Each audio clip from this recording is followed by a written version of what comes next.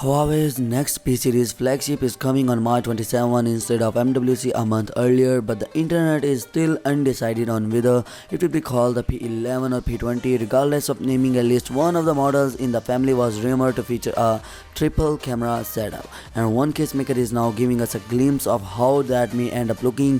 The three cams are arranged vertically in the top left corner of the back. What looks like a dual LED flash is under them. Next to it, laser autofocus window. Obviously, a case cylinder won't tell us how exactly the triple camera will work.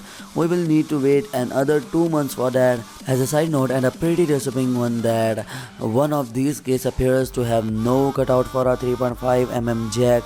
That round hole on top seems too small and is likely for a secondary noise cancelling mic. Let's hope we are wrong on this one.